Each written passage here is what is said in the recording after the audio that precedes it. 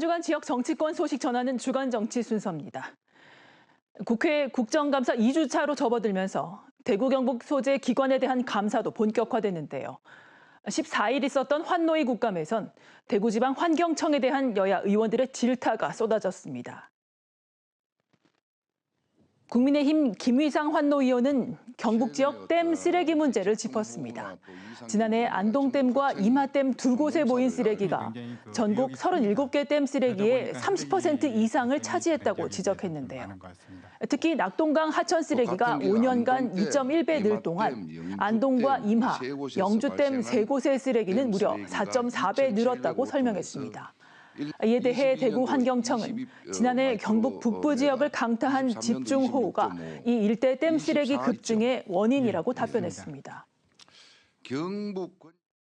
경북 권역의 낙동강 하천댐에서 쓰레기가 유달리 많이 발생하는 이유가 뭡니까? 예, 특히 작년 같은 경우는 집중호우나 태풍 등으로 해서 폭우가 많았고요. 또 낙동강 권역은 하천이 굉장히 유역이 큽니다. 그러다 보니까 쓰레기 발생이 다른 지역에 비해서 좀 많은 것 같습니다. 반면 낙동강 지역의 하천 쓰레기 정화 예산은 2020년 이후 지속적으로 감소한 것으로 나타났는데요. 김 의원은 이상기후로 인한 기습폭우는 앞으로 더 심해질 수 있는 만큼 향후 수자원공사, 자치단체 등과 공조해 댐 쓰레기에 대한 사전 저감과 발생 시 신속한 대처에 힘써줄 것을 주문했습니다. 한편 지난해 12월 영풍 석포제련소에서 발생한 인명사고에 대한 대구환경청의 대응도 도마 위에 올랐습니다.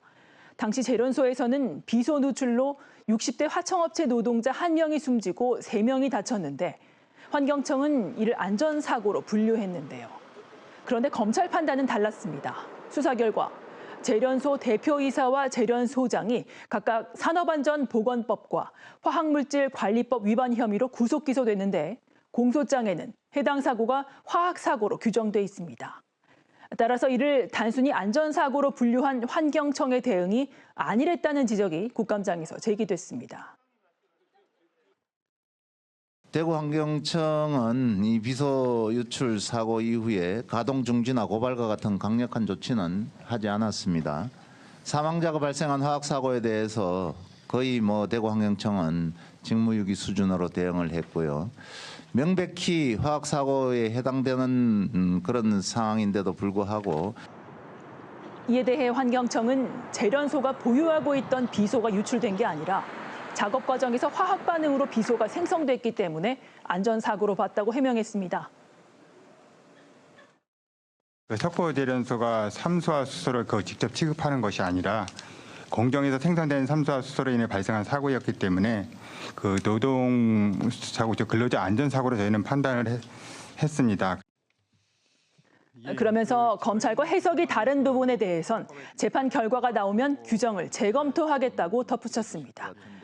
국민의힘 김형동 의원도 화학사고인지 아닌지를 사업장 감독기관이 자체 판단을 못한다는 건 굉장히 문제라고 지적했습니다.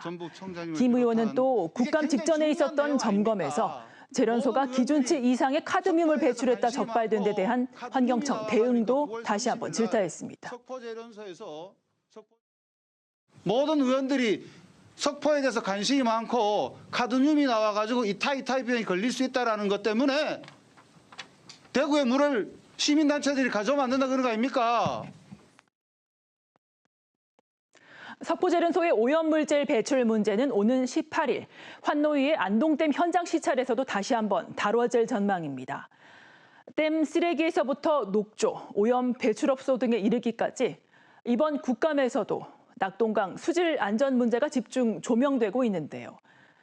국감 때면 되풀이하는 지적이 아닌 제도 개선까지 이끌어낼 수 있도록 국회의 지속적인 관심과 감시가 중요해 보입니다. 지금까지 주간 정치였습니다.